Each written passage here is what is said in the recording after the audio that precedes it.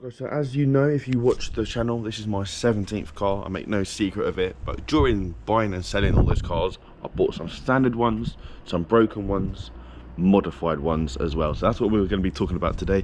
Should you buy a car that's already got mods on it, a car that's been tampered with? I've done it, I'm sure some of you have done it or at least seen it, like the potential for it. So let's talk about the pros and cons. At the end of the day, it's your own choice, but this is just my take on it. So if you do enjoy, like and subscribe, and let's talk about it. So first things first, a car that's already got the mods. If you were planning to do them mods, you instantly save the cost and save the headache of going to do them mods, if that makes sense. If you were planning to put a stage 1 on the car, if you're planning to lower it, and the car comes with a stage 1 and lowering springs, it's almost a no-brainer because it doesn't hold the resale values. You can get it for cheaper than you would have paid brand new, and again, it just saves the hassle, saves the pain of having to do it all yourself. There are downsides that come with that.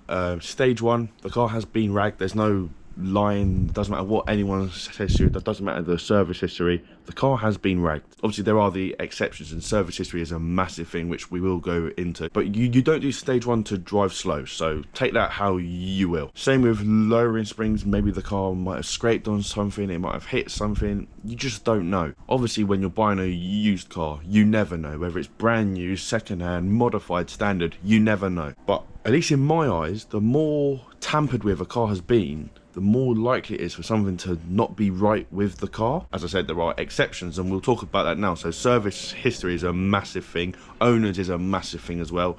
If a car has had like 9-10 owners, it's probably not been cared for because it hasn't been with the owner long enough to be cared for. I'm just talking in general here. There's exceptions to every single rule, but this is, in my opinion, the general thing. Service history is a massive thing. If a car hasn't been cared for or hasn't been cared for to what it should have been, like, yeah, a car can be serviced every year, every 2 years, but if your car's like stage 1, stage 2, really I'd like it to be serviced every 6 to 12 months just for peace of mind. And with that gives you the confidence that the previous owner has cared for it, because if they're servicing it and maintaining it that often, they obviously care for it. Maybe they don't abuse it as someone who doesn't care. So I think the main pro here is time and cost. You save a lot of time having to source and buy and fit the mods, and you save a lot of cash as well having to buy and fit the mods, as I said. But the negatives, the cons, you don't know what you're getting into. You don't know if the mods were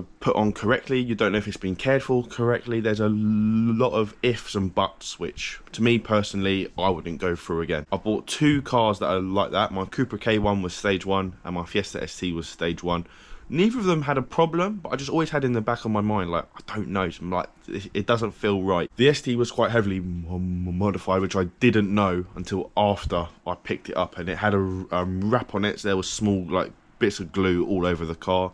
It had like a full front splitter on it, so like there were drill holes in the front bumper. There's a lot of things which, as I said, you just don't know. To counter that, service history and owners can help you get more of a gauge as to the history of the car and if it's worth your time. But for me personally, with the channel, I like buying standard cars because it helps me put it all on the channel from standard to wherever it ends up. It's also peace of mind for me personally. As I said, you just don't know, and it's a risk with cars I'm not really prepared to take anymore. Let me know your thoughts. I might be completely wrong. Hopefully you have enjoyed.